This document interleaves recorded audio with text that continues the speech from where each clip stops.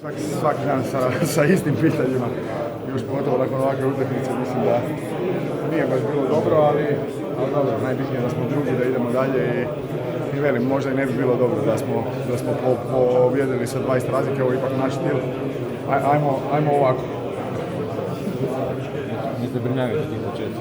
Pa ne zabrinjavaju, mislim kad dođu ove knockout utakmice, kad uđemo svi maksimalno na španavi, da to onda neće izgledati ovako, ali sigurno da ovo nije dobro, sigurno da bi bilo bolje da uđemo od početka u fullu, ali dobro, očito imamo takav neki mentalni sklop u glavi i dobro, ali ja sam uvjeren, velim, kad dođu ove prave utakmice da to neće znači.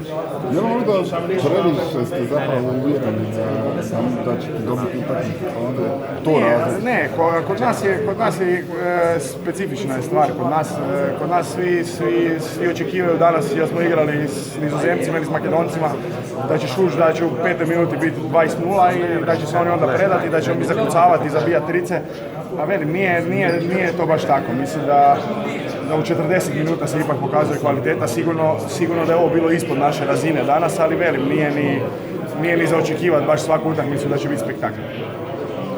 Šta ćete sutra protiv Gruzije raditi? Pa ne znam. To je kao pripreme za ušli? Pa to je sad pitanje, sigurno da se nakupilo i malo umora, da velim, osigurali smo to drugo mjesto. Idemo se odmoriti, idemo dobiti još tu utakmicu, ako je moguće da se malo raspodijelim i da svi malo osjete još da se još malo otkloni ovih nedostataka i velim, onda je ono glavno.